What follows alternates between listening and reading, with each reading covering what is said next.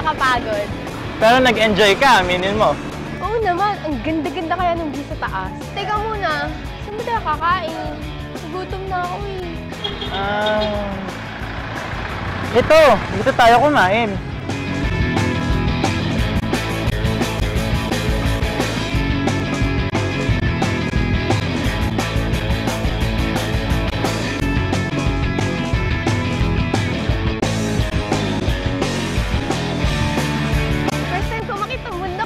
Talagang nakakapagod.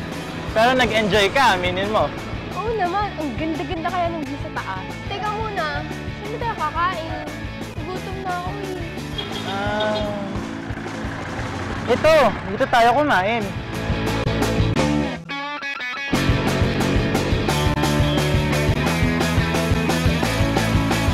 Good morning.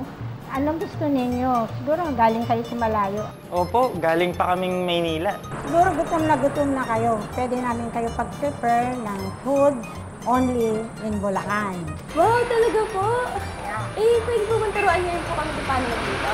Oo naman. Sige, sumama kayo sa amin at ituro ko sa inyo kung paano ang pagluto. This is made out of flour with flavoring ng pork. Meron naman kami malunggay. Meron din kami chicken. This is chicken. Chicken flavor. Kasi kung ano yung gusto ng aming customer, pinapipili. Instead of putting ingredients na ibang kasi nandito na ang lasa sa noodle. Ito ay malunggay. This is 30% malunggay. Fresh malunggay. Naalis na yung sustansya, lalo na pagbata ang kumain. So, ang ginawa ko ay, instead of powder, instead of fresh malunggay, ibino-boiled namin. Yan. Walang preservative. I'm not using any preservative. Lagyan ko lang siya ng konting asin, konting baking, and then dry, and then i-mix ko sa flour. Ito ay, pagka natapos na yung pasteurizer, mag-prepare na ng flour, and then i-mash. Meron ako makina na for grinding and then simmer. Ito ay giniling na baboy, atay, liver ng baboy. Okay. Repolyo. Sabawan natin siya ng konti. Itong sabaw kasi ay nagbo-boiled kami ng ulo ng baboy. Lagyan natin ng konting bechin. Okay. Lagdagan natin ng konting toyo. Ilang taon na po kayo nagluluto ng pansit? Ang pansit? Since 1962. Tagal na. Master niyo na po. Oo, master ko na. Napapansin ninyo lagi kong sineseparation para yung presentation ng lulutuin ninyo ay medyo maganda. Kaya lang hindi masyadong lutong-luto yung gulay, kaya itinatabi. This is coconut oil. Para hindi siya dumikit. Kasi ginagawa ko ay sinusukat ko para lahat ng ginagawa ay parehas yun. Kasi dito ay tinitinda namin, no? I-level lang dito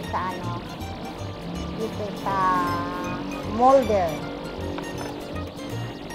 Ito ilalagay sa steamer. Steam it with 15 minutes.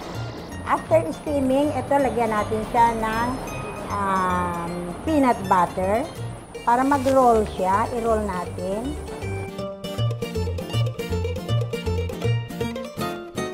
Ito na ay finished product na. Ito na yun, cassava roll.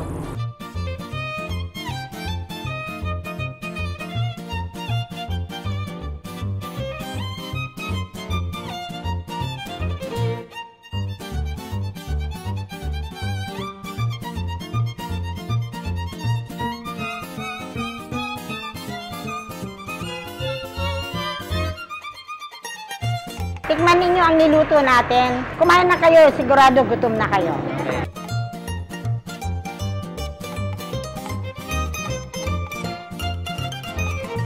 The best.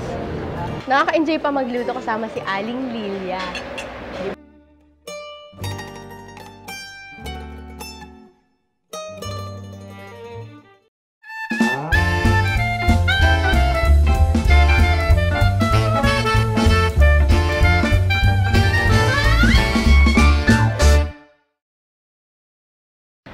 Kumain kila Aling Lilia, no? Oo naman. Tsaka lahat ng hinain nila sa atin, dito ko lang natikman sa Bulacan. Tama ka dyan! Pero bago tayo bumalik sa Manila, bumili mo tayo sa souvenir, ah.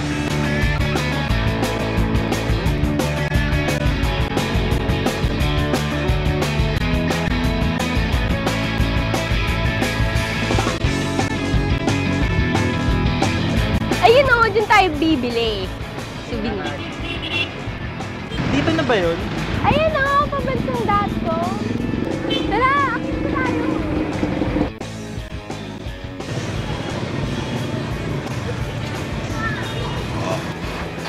Good afternoon po! Welcome po sa Pambansang.com. Dito lang po, nandito po yung mga designs natin para sa mga babae. Dito naman po yung mga designs natin para sa mga lalaki.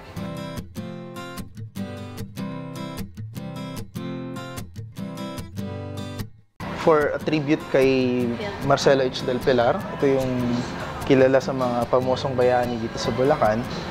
Itong langgunisang kalumpit, ginawa namin to tribute naman dun sa mga nabiktima ng baha recently.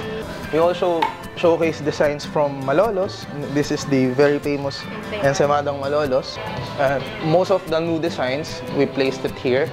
Yung mga, sa ngayon, ang mga pinakabago naming design, yung karatig, tapos yung concept and designs about Del Pilar, saka yung iputok mo para sa Bukawi Fireworks. Nagsimula ang Pambansang.com 3 years ago.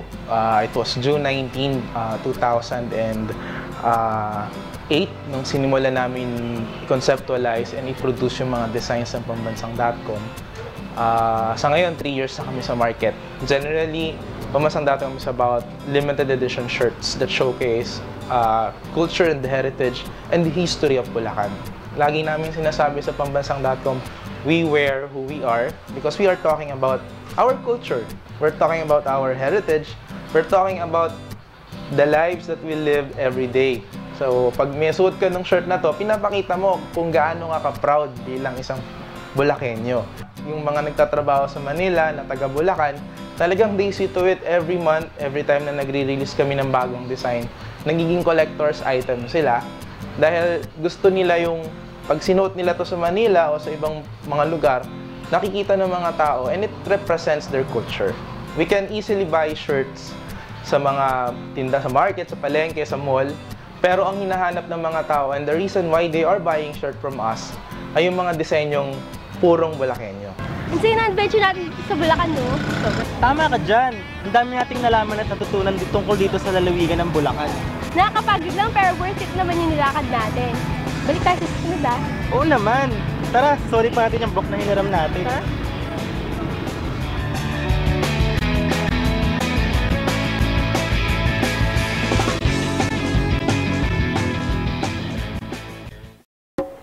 Saan man tayo makarating, huwag nating kalilimutan ang ating pinanggalingan at ipagmalaki sana natin ang ating pinagmulan.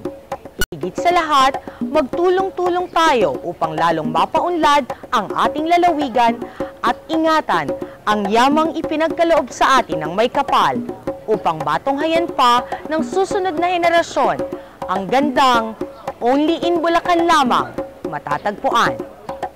Dito po nagtatapos ang ating palatuntunan at sana'y huwag kayong magsasawa sa pagsubaybay ng ating programa. At sakaling ito'y inyong nakaligtaan, maaari na itong mapanood sa YouTube. At sa mga nais magbigay ng kanilang mga comments and suggestions, pakilike lamang po sa Facebook ang Galing Bulacan TV Program.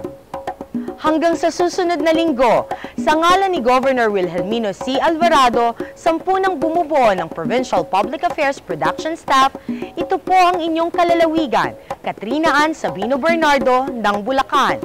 Huwag maging dayuhan sa iyong sariling bayan. Tuklasin, ang ganda at galing ng ating lalawigan.